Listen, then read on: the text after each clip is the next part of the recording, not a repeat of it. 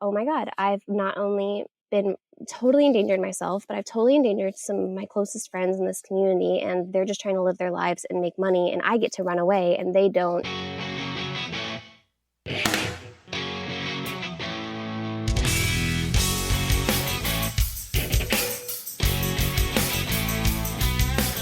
Today's guest is true wild woman Ashlei Payne, the founder of Tracing Thought Productions, an award-winning filmmaker and photojournalist. From the formidable rainforests of Borneo to the countryside of Kashmir, Ashlei immerses herself in the lives of her subjects to go beyond the already told story and help share their stories with the world. Her documentaries are based on Native and Indigenous people's point of view and presented without bias. She and the Tracing Thought team are currently filming in Borneo and Greenland. Find out more about Ashlei and her work at tracingthought.com. Now on to the episode. Let's go.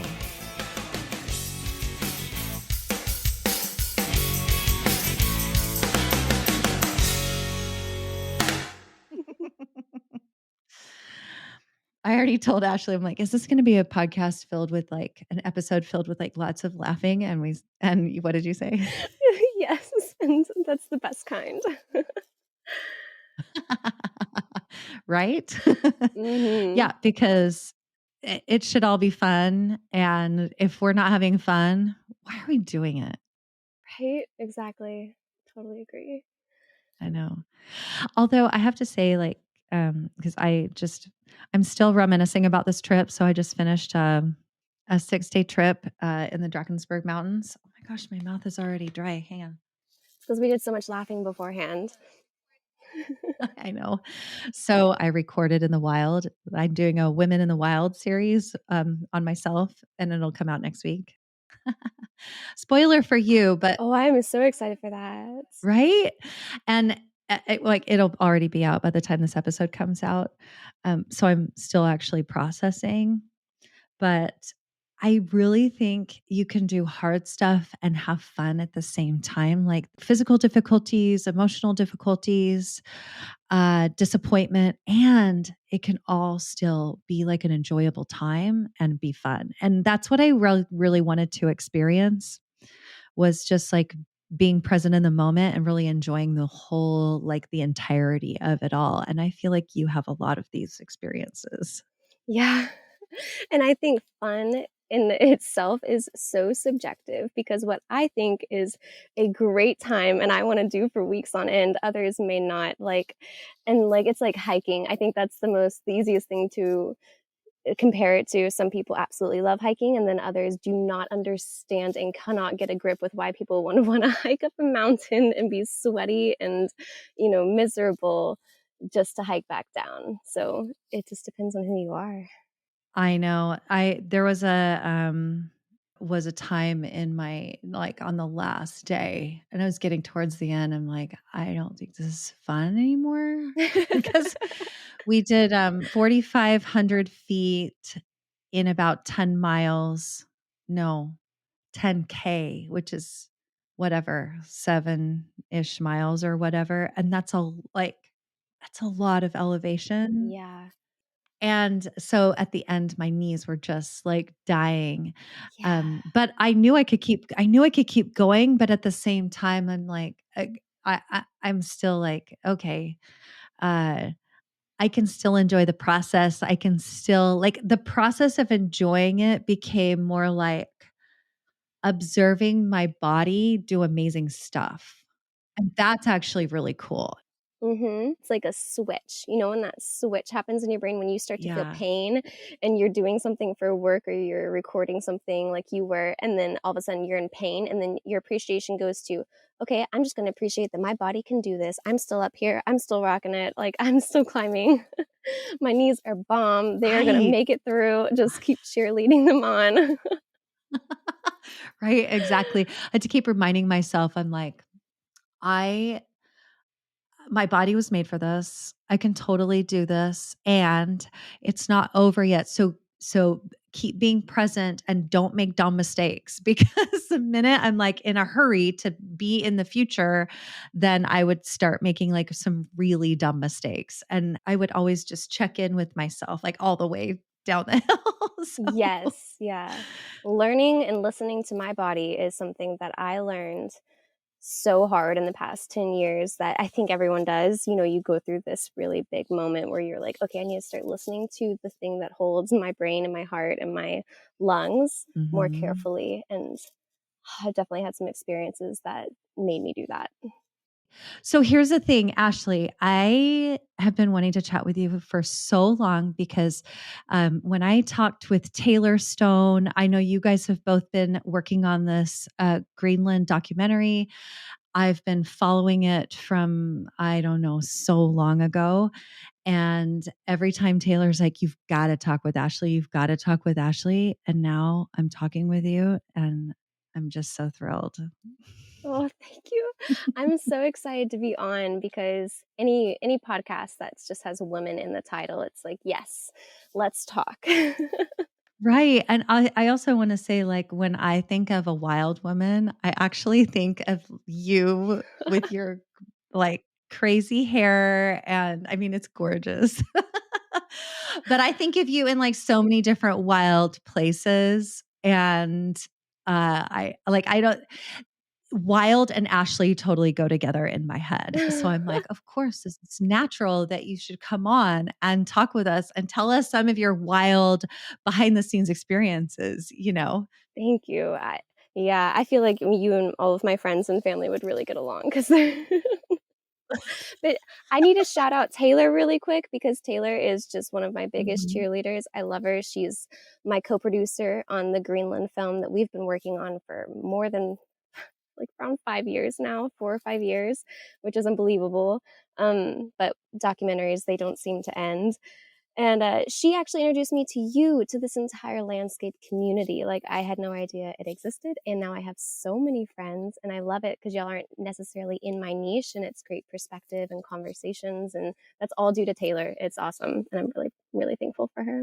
It is awesome. She's such a go-getter. I love her so much. And it's always fun to have friends that kind of cross over and do different things. And I don't see how that's a bad thing to expand your the community of the people that you know. So that's always good. It's always a good thing. You've been to quite a few different places. I know you've done work, obviously, most recently in Greenland, but also in Borneo. And I don't know, where else have you been? Tell me the different places that you've been. We want to know. Oh man, I've traveled to over 45 countries. I've been to most all of them in Southeast Asia and just really all over the place. Traveling was like big priority for me out of college, and it was for me in middle school. So it took me a while to be able to save up to do it. But when I did, it really became my life, and that's exactly what I wanted it to be since I was a very little girl. So my dreams came true, and I'm so thankful for it every day. And as I traveled and realized I didn't just want to be a nomadic traveler, which there's nothing wrong with that. But I just wanted to find a little more purpose since I am a photojournalist and was a photojournalist first. I started to spend, like you said, more time in certain places that really were true to me and started to make films, little short documentaries to go alongside my photojournalism. And everything happened so organically, but I was doing this really in a lot of places, but the place that resonated the most and had the biggest impact on me and still has and still does every day is Borneo, Indonesia. So I got asked to go make a film there for a really amazing company called Forest Smoothie, and they have a huge like green smoothie initiative to growing trees and replanting trees in areas that are being destroyed from deforestation. And so they asked me to go make a film with them in Borneo. I had never been. They said, "We'll buy your plane ticket, we'll buy your food." And that's basically it. Just it's your opportunity to come. And at that time in my life, I was taking every single chance, every single opportunity. And so I did. And I went, and that completely changed my life because I I saw some not so great stuff being done to a very small Dayak, which is an indigenous group in Borneo, Indonesia community. Um, they're already dealing with a lot of colonialism, a lot of deep frustrations with their land being stolen out from under them for palm oil plantations and illegal gold mining operations. And then I witnessed while I was there actually a photo group come in. I'm going to be pretty vague because a lot of these people, the ones I liked, I'm still friends with, and I don't want to trash anyone. But they were taking advantage of the community, and they were not giving them, how much they should have been in terms of money. And I developed a really close relationship with the family, and from there, like, everything grew. I learned that I need to stick around for longer than 2 weeks to understand people, to understand what they're going through. You can't just jump in and expect to know. And so I've been working in Borneo for about 6 or 7 years now, and no longer than that, but it doesn't matter. I've been for a long time and learning about these people's lives, and they've become my family. I've been adopted into the tribe, and they're like literally my best friends. I have a date with my sister tonight. We got a FaceTime because she got a new boyfriend, and I'm so excited to talk to her. But yeah, that's what you have to do, and that's what I do, and that's what I'm doing with the Greenland project. It's why it's taking so long, is because Taylor and I just kept learning new information and more information, and to tell the story right and to tell it how it should be told through the eyes of the people and not through a biased narrative, you have to stick around for a while.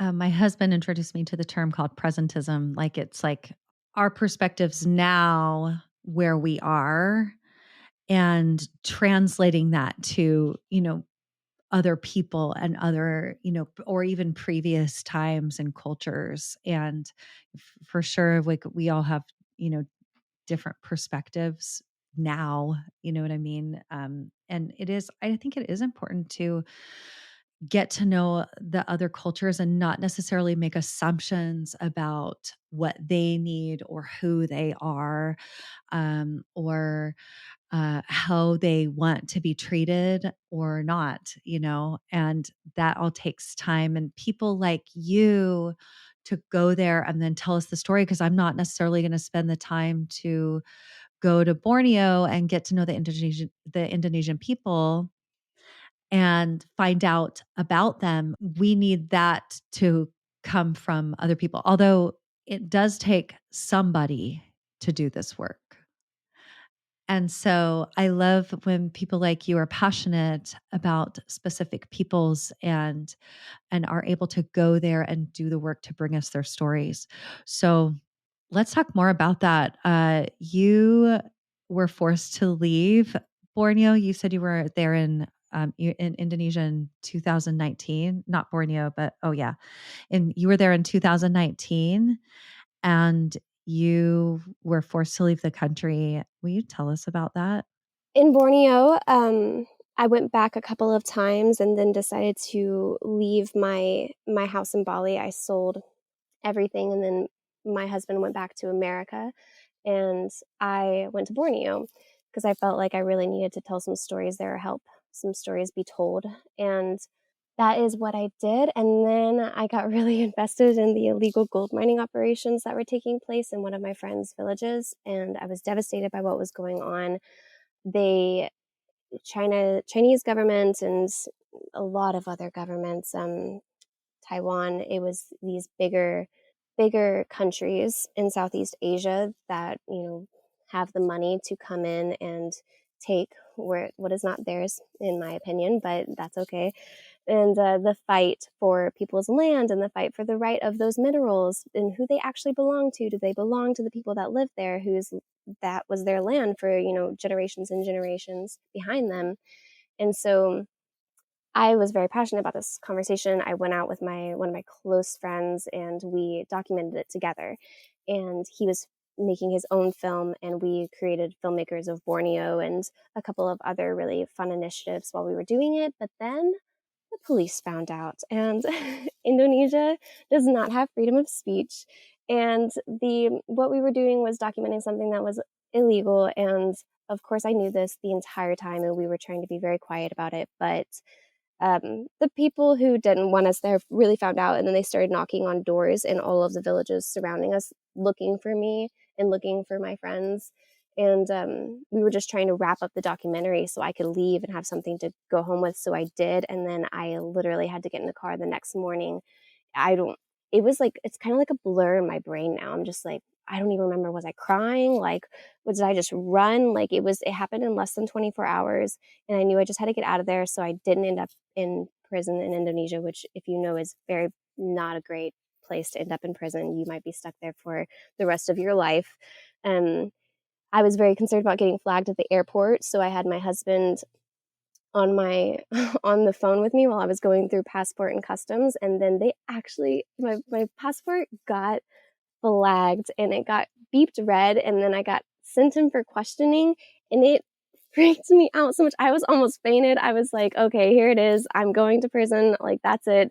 And I was like telling my husband, I was like, I did something very illegal. I was like, I'm going to have to explain it. But then I remember they just asked me, it's like seriously a blur, but they just asked me some questions about my bags.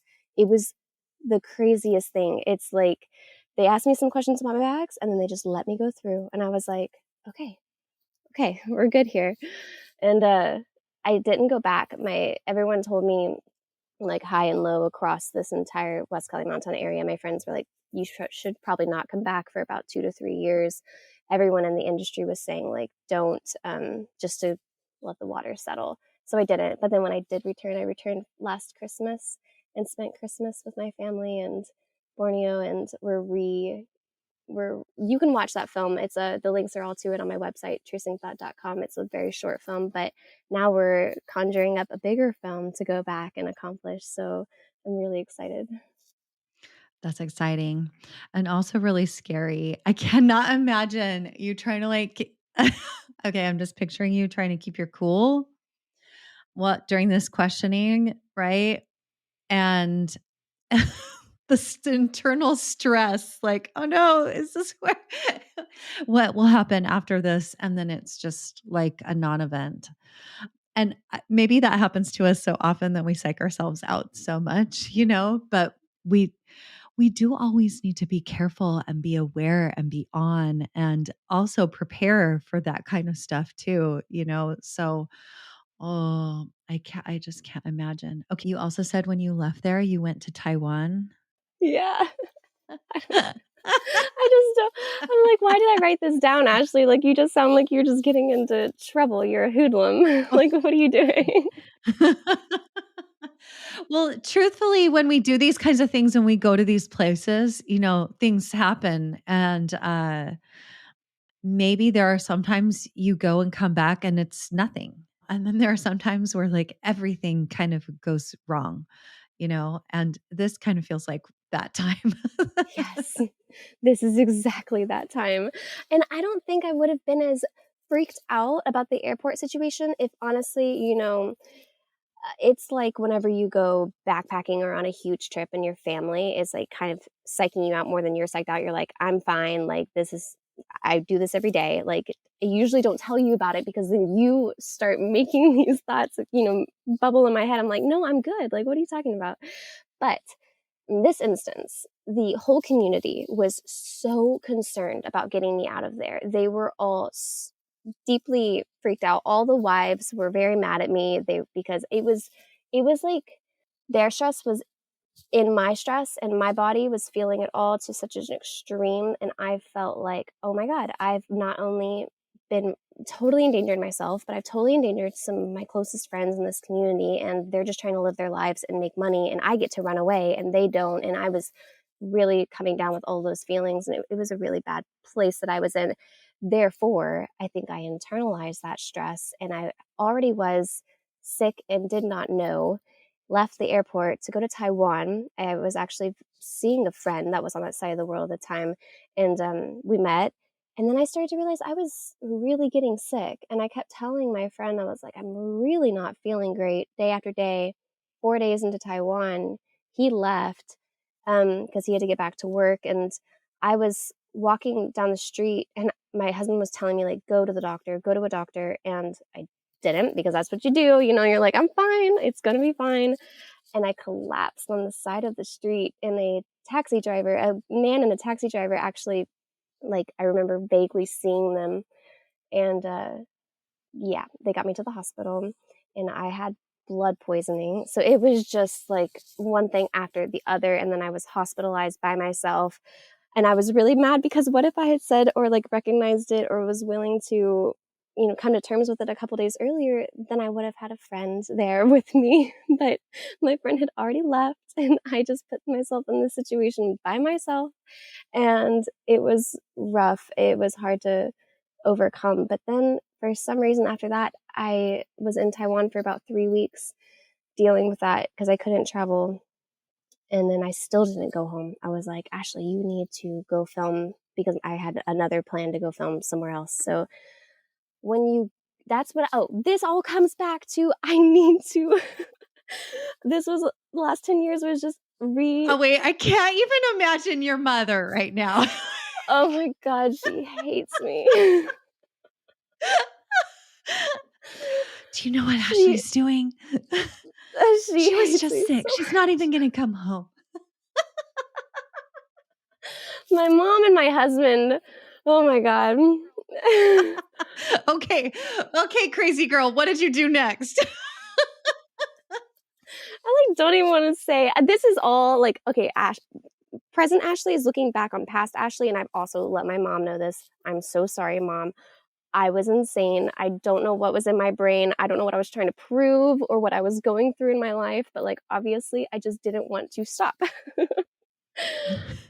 And And yeah. there you go, mom. I'm mom, I'm better now. Okay, so seriously, where did you go next? You're gonna think I went to India and then I went to Bangladesh for another job. And then sometime after that, I was in Nepal and COVID hit when I was in Bangladesh and Nepal. So that forced me to stop. A lot of people say COVID made them settle down. It is a real hard truth for me. Like it actually, I was going to stay in Nepal and wait it out. My husband was so. Now I'm looking back and I'm like, wow, he probably was really mad at me. He called the U.S. Embassy in Kathmandu and made sure I was on the first evacuation flight out of Nepal back to America because they were only doing two. And I was still like, it was my birthday and I was like, I'm fine. It's my birthday. I was like, I'm chilling. I know everything's shut down, but like it's gotta open up sooner or later. Like I'll be fine. I came back home and then I learned just how insane from an outsider's perspective I was being. You know, we all sometimes need the other voice going, "Come on, this is what you should do," you know? Mhm. I was super sick once, and my husband goes, "You're really sick." I was like, "Oh, I just need to rest a little bit more." He's like, "No, you're going to the doctor," or like, and we never do this. We just let each other take care of our stuff. "You're going to the Mhm. doctor. I already made you an appointment." I went there and they're like, if you would come in any later, we'd be sending you to the ER because you have like serious pneumonia. But instead, we're just going to make you drop your pants and give you a steroid shot." And come at the end and send you home to heal. And I'm like, with a bunch of drugs.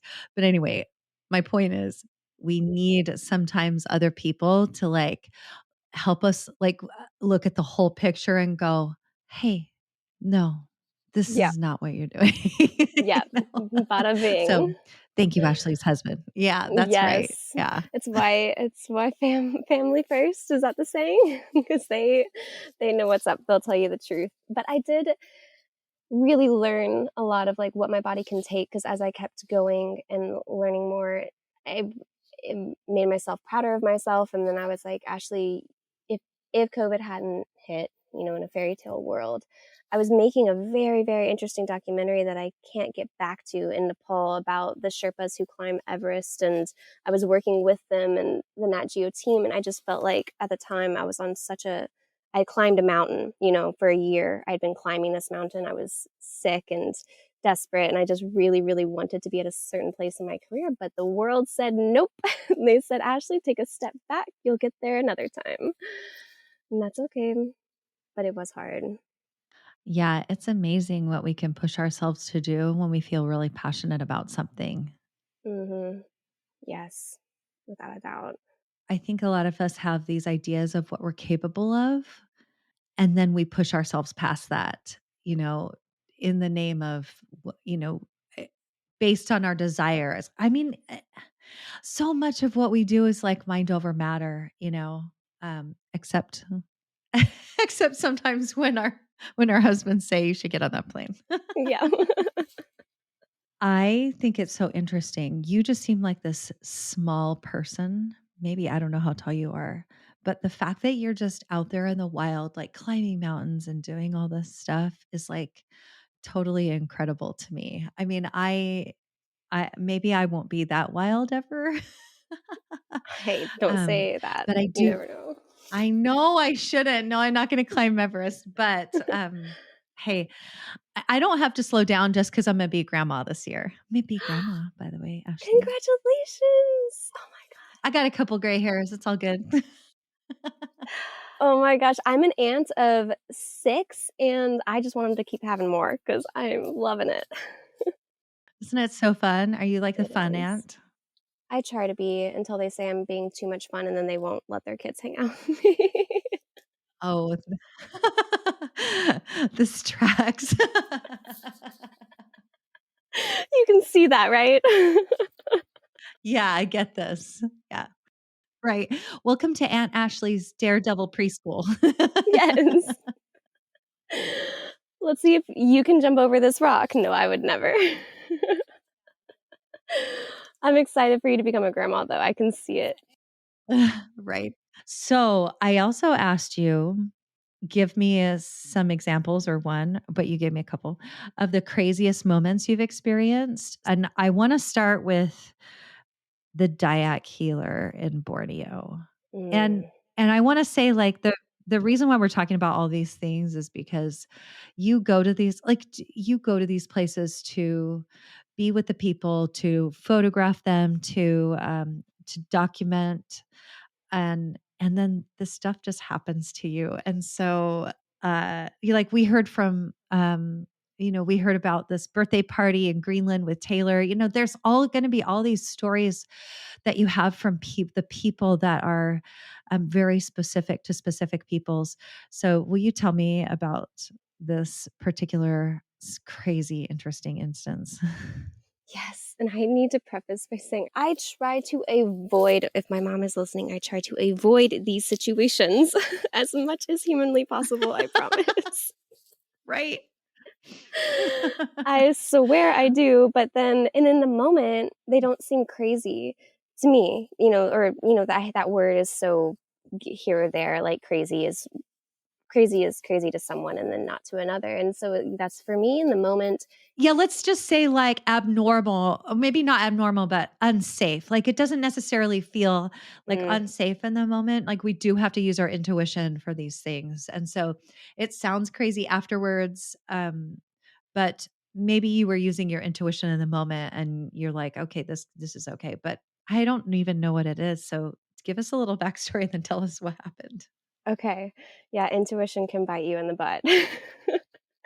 So I went back to Borneo, as I said, for Christmas time this last year, and like to spend Christmas and just to see my friends. It's the first time I had been back since I left very abruptly 2 years prior. And one of my closest friends who I was talking about, I did the or the illegal gold mining filming with. He was also a filmmaker. He got married and had children while I was away. So he just had a little baby boy, and they were having a very special ceremony in his wife's village. And so I took a bus to go, or yeah, I took a bus to go be a part of that ceremony. And it was really beautiful. It took me about 4 or 5 hours to get there and to a part of the jungle I had not been yet. So I was very excited and saw one of my best friends. And then the ceremony was welcoming the child's first steps onto the land. And that's what the ritual was basically about, to summarize it. And so since it was also my first steps onto the land, I was a part of the ceremony. Didn't know that was going to happen at all. I thought I was just going to visit my friend and be there and support and take some photos for him so he could have this moment, captured. And all of a sudden I'm in the ceremony, and this does seem to keep happening. So I'm used to it. I go with it and I do my part. And they take the chicken blood and they put it on our heads, and we have this huge moment where the whole village is in a circle in one of the main houses, the community houses. And then they bring out the food. And my best friend, he is very proud that we were eating monkey in this ceremony. They had caught a monkey, and the monkey was from the north, and someone brought it down. And this was a monkey that you could eat, apparently. It wasn't illegal to hunt it. They needed to be hunting it where they were. And he's explaining it to me. Obviously, he knows Americans and people have premonitions and not good feelings about eating monkey. It is like eating a human, some would say. It's like it is something that I would probably go back and think more about. But in the moment, he's explaining it to me. I do not want to be insulting. I am the person that will eat whatever is put in front of me to make sure that I'm not insulting anyone. And I usually 99% of the time love the food. And this is one of those instances where I had the tiniest bite of monkey, the tiniest bite. Anyone who I've told this story to after is like, what in the world were you thinking? And I was like, this is the intuition moment. If you were there, I think you would have done the same thing. It's just like, it felt like what I needed to do. So I did it. And let's fast forward 24 hours later, maybe 48. I was completely not moving. I was basically nailed to the ground with food poisoning. I've had a lot of food poisoning in my life, and this one was like complete dizziness and nausea, like something had taken over my body. Complete, like, these huge gusts of humidity that were going inside my skin, and I would just profusely sweat and then like stop. And they were calling it something, which I can't remember right now, but it's definitely in my notes from this trip. But it was like they call it, so when this happens to you in food poisoning, and it's like the forest is entering your body and then it's trying to exit, but it's trying to wash out what you have eaten, and it's purposefully happening to you. The healers start coming over. There's no doctors in this area. They start to massage my stomach, put rubs on me, things that are forged, and also something something I've dealt with before because I broke my toe when I was there the previous time. So we've been through the foraging and the oils and stuff, but nothing was fixing me. And Christmas was coming up, and everyone's like, we got celebrations to do, Ashley. You need to get better. And I was like, I agree. Like, what do we got to do here? Because I'm so sorry, and I do not want to be sick right now.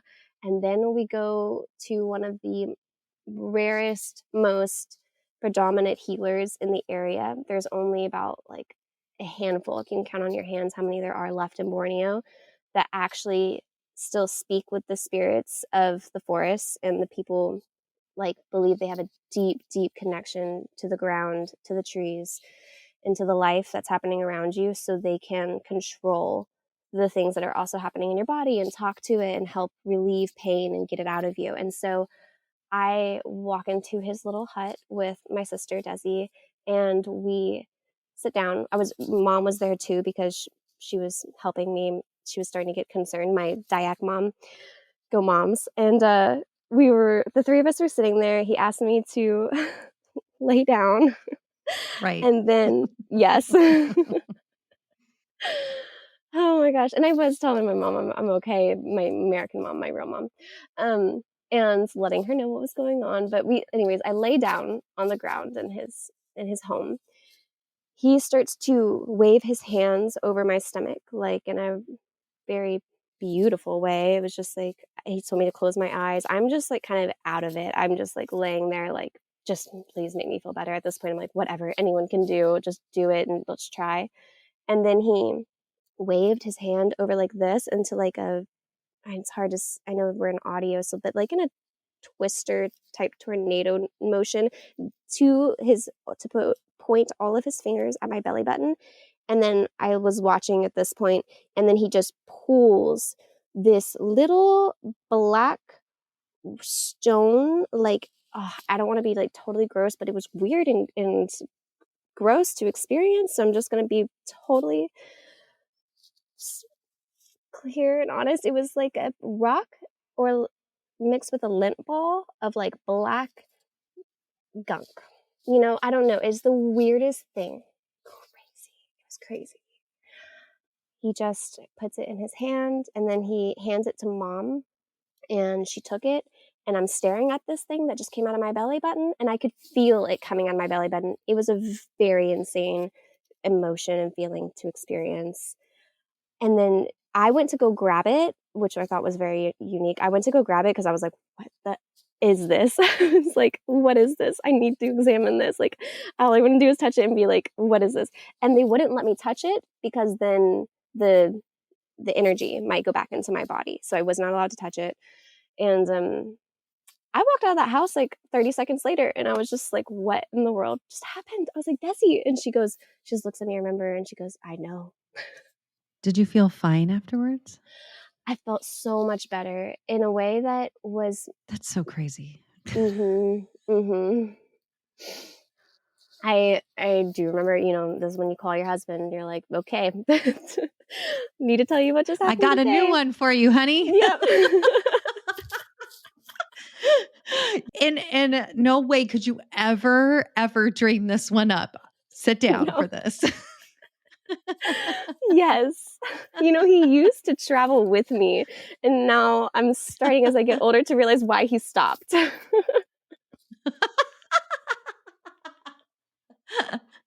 He's like, I can't take it. But my stress levels can't yeah. take it. You do it. Oh gosh. Okay. All right. Yeah. And So what were you going to say? Like, just that it's just that you ate a monkey, Ashley. Why would you do that? That was his first comment to me, was like, Ashley, what in the world were you thinking? And then everyone in my hometown village, where my like, I say family because that's just what we call each other, but my sister Desi and mom and everyone, they were all like, Ashley, you don't eat a monkey. Like, that's not what you do. But in this different village, totally different ethics and ideas around rituals, totally different area of Borneo, they do. And so it was very interesting to experience those differences. oh my goodness. I'm almost speechless, to be honest. I'm still picturing that thing coming out of your belly button. And the fact that you could feel it, like it didn't seem like a figment of your imagination, you know? Mm. I think some things are just going to be mysteries to us forever, you know? Yeah, beautiful mysteries. I love this one. I'm Right. like, I wish I could relive it in a way, because I'm like, I would to evaluate this more. If I knew it was going to happen, I would have been paying a lot more attention, let me tell you, and filming. Spoken like a true photographer, photojournalist, videographer. I wish I was filming this or had someone else do it. Like, Yeah, yeah. I actually suspect. Well, I was going to say, I don't know if they would have let you, but also I feel like you could have conned them, like cajoled them into it, Yeah, Desi would like have. with your personality. I could have told her, like, Desi, but I didn't know what was going to happen. She didn't even know what was going to happen. We both walked out and just looked at each other, and she was like, I know. Like, it was just like, wow, wow. I love that she was like, Yeah. what? And I live here. So crazy. Right. Yes, exactly. My gosh. Oh, okay. I'm just going to be like thinking about this for a long time. I'm sorry. This is so great. I'm so thrilled I heard this one. Okay, so some of the other craziest moments that you've experienced have been recently in Greenland. And so one of the things I asked you before we came on, this is where I ask you this question. So, one of the things I asked you before you came on, because I remember talking with Taylor, and I think in the podcast episode, and I'm going to link it in this episode, I think she says, oh, yeah, Ashley, she needs all of these like warm clothes because she's going to spend, part of the winter on the sea ice with a polar bear hunter, right? So you can tell us more about that. But I also was like, after she told this, I was thinking, if you have all of that stuff on, how does one pee? Like, how does a girl pee? And you said, ask me on the podcast. So, anyway, this is your moment, Ashley. My inquiring mind wants to know how you did this. This is kind of like a magic feat to me. Well, this is hilarious because I will tagline, I did not pee alone. Okay? It was impossible. So that's why I was like, I've got to Oh, explain this. It was like I was wearing my wedding dress every single day, day after day after day. Yep. You know, when you have your friends all holding it up. yes. And I was thinking, does that make you not want to drink a lot? Like, were you constantly dehydrated? I mean, you know what I mean? Yeah. Maybe water is more scarce to get out there because you're on sea ice and it's a little trickier anyway. I, okay, I'm glad we talked about all this crap I've put myself through because with Greenland and in my recent years of filming and being in this field of work, I've completely stopped negotiating hydration, and I've never really negotiated or hydration because I really like to be hydrated and drink a lot of water. But food intake, you know, healthy food and my vitamins. I just do not take those things lightly anymore. People might see me travel now and see the amount of vitamins I take and be like, "Are you okay?" But no, I'm just, you know, green with health right now because that's what I realized I need to do. And that's what I was doing in Greenland. So I wasn't sick or ill and I was drinking all the water. I was like, I'm not gonna, you know, not drink water to not have to pee. But as you said, yeah, Taylor and I, we raised that money to keep me warm. I was very warm on this trip. Everything went wonderfully. So if any of our donors are listening, I am just so thankful. And Brie, yes, you were part of this whole journey. It was miraculous and amazing and big success. So you'll be hearing a lot about that over the next year as I edit it. But peeing, the main topic here, most importantly, is layers and layers. So, you know, fleece layer, merino layer, another fleece layer, and then down layer, if not two down layers. And then I was actually wearing polar bear skins. So, pants that were made out of polar bear fur, hammocks on my feet, and then a really big top jacket that was also made out of fur and stuffed with cotton. And this is not typical for females to wear. Of course, they do. If you're a hunter in Greenland, there's no choice. Like, you have to stay warm, and this is how you stay warm. So, but typically it is men hunting, it is men wearing these clothes, and it's much easier for them to pee. And my hunter and I, we both talked about this right when I was putting it on.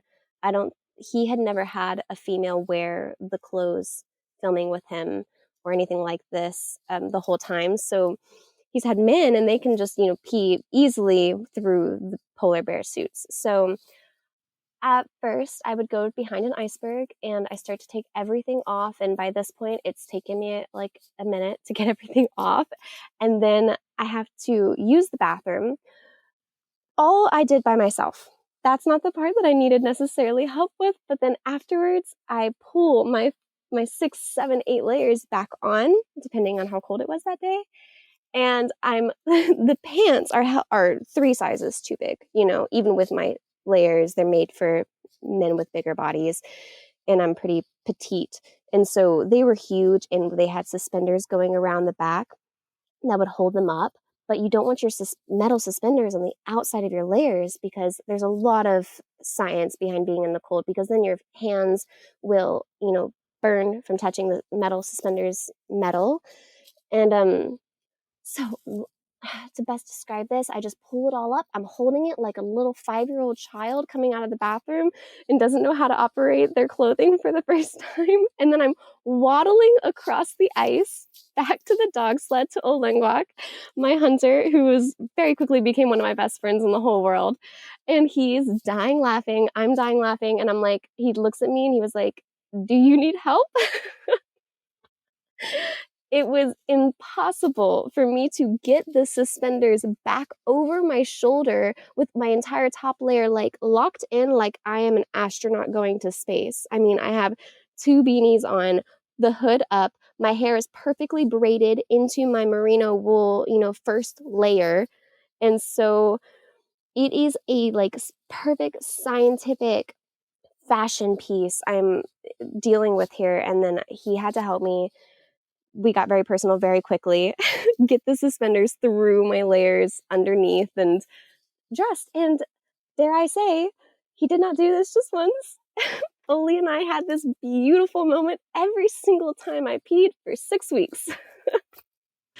I just want to give him an applause Yes, for he doing that deserves every it. time. Okay, right? I have a question. Mhm. This is not the first time this has been brought up on this podcast. So, if, anyway, bodily functions are actually super important when we're out in the wild.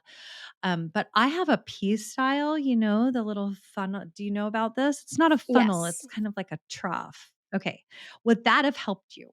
By the time my pee, to be TMI, left my body and then in like touched the ice, it was already freezing. So it just felt like that would have left something else I would have had to deal with in this situation when I'm trying to not like fall Mm, onto the ice and I was very cold and I'm out in the elements, when I've pulled down all my clothes like for everyone to see. I just feel like I've considered getting that funnel on so many occasions and then don't because it just seems like one more thing in my but maybe I I'm wrong. know. Maybe I would have wanted it. I don't know. I'm a pea style advocate. So, Yeah. I just went backpacking with like 5 other guys plus 3 male porters plus our male guide. So there were 10 people and I was the only woman.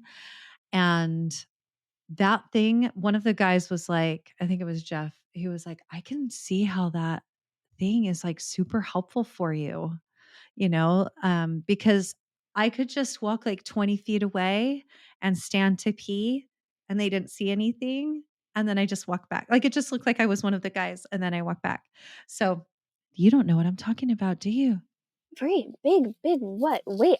I didn't think that you could stand and do it. Am I just now realizing that?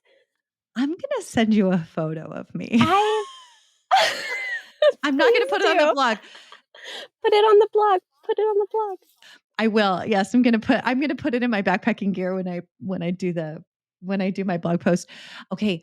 So y'all, this is like the best thing ever. So it's so I bought it back in 2021 because I went to Capitol Reef National Park with another friend of mine, and we stayed in the park when my friend David Hunter, he was doing an artist in residency there, and I knew I was going to be just it's fine if I'm with my husband, but if I'm just like, if you're in the desert and walking with another guy, like, where are you going to see a tree? I mean, there were actually plenty there. I just didn't know. Um, and when I found this thing, my friend bought it. She goes, "Oh, I need that too." And so we bought them. And she was like, "I'm converted." And I'm like, and so I just tell every woman about it now because I have 2 of them now in like little waterproof cases. So one goes in my regular, like just to hike around backpack, and then one goes in my camera bag. And then sometimes when I'm road tripping, I'll put it in my car because then if you're driving in deserted places, you could drive a couple of hours and not see a place Oh yeah. Yeah. to stop. I just pull over and go quite often. Right, right. But with this, I just step out of my car, open the door, I pee, and then I get back in. I don't have to drop my drawers. Anyway, it, it's yeah. I have a face of shock for anyone who can't see me because Her mouth is agape. You know what? I have a feeling you're like, why didn't I know about this before I went to Greenland? I should have asked the question before you went. Dang it. Now you exactly know what for the I'm next time. thinking. Exactly what I'm thinking. I think I've seen photos of them. They're advertised to me. My Instagram knows the crap that I do. And so it really hits home with that stuff and they'll give me ads. But I just never have seen someone using it. I think that's where my key was gone. I was like, I don't really know. That just seems like more messy. Mm, And yeah, it's helpful. But like standing and peeing, that's a whole other ball game. I know. And anyway, this one is the best. I Okay, also send haven't it to used me, any Brie. others, but I'm just telling you it's the best. So I'm sure all the guys that are listening to these podcasts are like, why does she keep talking about peeing? It's because this is so important. And it Revolutionary. actually makes things, yeah, it totally is. And even other guys that I'm with, they're like, wow. So Yeah. anyway. Send me the link. Send me the link. You should be sponsored by them in the best way. That's right. That's right. I'll go set up my Amazon affiliate account now. Yes. Oh my gosh. Oh, this was so fun. Ashley, we probably need to end, but Oh, yeah. I don't want to. Could we just talk the rest of the day and tell I stories? know, right? Oh my God. That'd be I so know. much fun. It would. I feel like there's so much to share from Greenland that I just got back from, but I still have to edit this film, and I also gonna just leave y'all with a cliffhanger because I don't want to talk too much about it. I'm already sharing so much on my on the production site's Instagram that you don't have something to go see yet. So I'm just like teasing you with blank, availability. So just hang tight. It'll be out soon. Yes. Hmm. Well, whenever you get to it. Okay. So, in that vein, will you tell us what the name of it is and how we can find out more, how we can support you, all of those things? The name of the film is Hila Kahimi, which means there's several loose translations, but it means but the weather in the most general sense. So in Greenland, in the north west Greenland, where we're filming in the northernmost settlement in the world, where I've filmed for the last 2 years now, um, they live based on the weather completely, not just about climate change, just their everyday life. They're hunting for their food. They are living in the harshest conditions on the planet. And the hunters cannot go out, the females cannot do their jobs. No one can work if the weather is, the slightest bit off. And so that's why we named the film Hilikihimi. A hunter told it to me, and I shared it with Taylor, and then I was like, this is it. I told her, I was like, we're not even debating this. I was like, this is the name of this film. It has to be. It's too perfect. And the film is about sustainable hunting in this area of the world, and um, the conversation of continuing to live off the land, even though these are species that the world is fighting to keep not. They're writing the endangered list, like polar bears and narwhals, seals, reindeer, etc. And these people have been hunting them and eating them for hundreds of years and generations after generations. And then the government, the Danish government who colonized Greenland, and is telling these people and giving them rules on what they can and can't do to a sense that is detrimental to their traditions and their ethics and like what they see is healthy, and then they have another country telling them, no, this is what's healthy, drinking a glass of milk a day, et cetera, when they don't even have dairy introduced into their body systems. They haven't. They have now. Like these people are very, very, very much so in the modern world of like, they're not like, walking around naked. They're not doing anything like that it makes them different than anyone else on the planet. They're just trying to live their lives, and people are telling them how to and how not to, which is what this documentary is about, the conversation between the government and the people through the eyes of the people. So you'll see both perspectives, and by the end of the film, you'll be able to make your own judgments on how you feel without someone telling you how to feel. Sorry, that was a lot. I love that. No, no, it was great. No, that's a great description. And I know one of the things that you wrote in your form, because I ask about like emotions in in your work, and you're like, I'm a photojournalist. So I just tell the story and then you get to have the emotion. And so I feel like that's so true to you and what you do in your work. And also like you get to have all your own experiences and emotions, like awe when someone pulls something out of your stomach, or or like fear and stress when you're getting stopped by Yeah. passport control, in another country. So I really loved this. Thank you, Brie. Thank you so much for saying that too, because I do feel like I'm these days talking about myself a lot, but the stories aren't necessarily about me, but I know that I'm there, and it's not something that we can ignore. So it's really fun to get to share these crazy happenings. And I appreciate you listening to me and going along on this ride and supporting this project. We need you guys. We need support. We love the family that's behind it and that was created from it. And we appreciate all of y'all. Well, you guys have done an amazing job of like pushing for your project to move forward. I think anytime we're passionate about something, you got to shout with a loud voice about how much it needs to be done. And you guys are doing that. So kudos to you and Taylor, because I know Taylor's listening. So, I know you guys both just spent some time there, and yeah, we all can't wait to see more. And thank you for sharing your behind, because so often we see the work that got done, that's in front of the camera, and we don't often hear what happened to you, or in your world behind the camera, as you were trying to do all these things. So thank you for coming on and sharing. And I feel like we need to meet in person with Taylor and do something wild. That's what I was going to say. I was like, when the film comes out, maybe the 3 of us can talk, because yes, yeah. Yep, I could keep talking, but I won't. But it's been amazing. If anyone wants to watch more behind the scenes of what I've been talking about, Greenland, if you check out, I think Brie's going to put it in the links. The Greenland replay highlight on my production channel's Instagram is like sharing my point of view from filming this documentary over this winter 2024. So people can check that out if they want. That's awesome. Yeah, you've been sharing stuff in your stories and stuff, so it's awesome. Yeah. All right, yeah, I'll put all the links to everything if you want to go check out Ashley and her production company, Tracing Thought. And until Thank the next you. time, Ashley. Until next time. That's right. All right. See you later. Bye, everyone. Bye, everyone. Thank you. Come with me on my next adventure.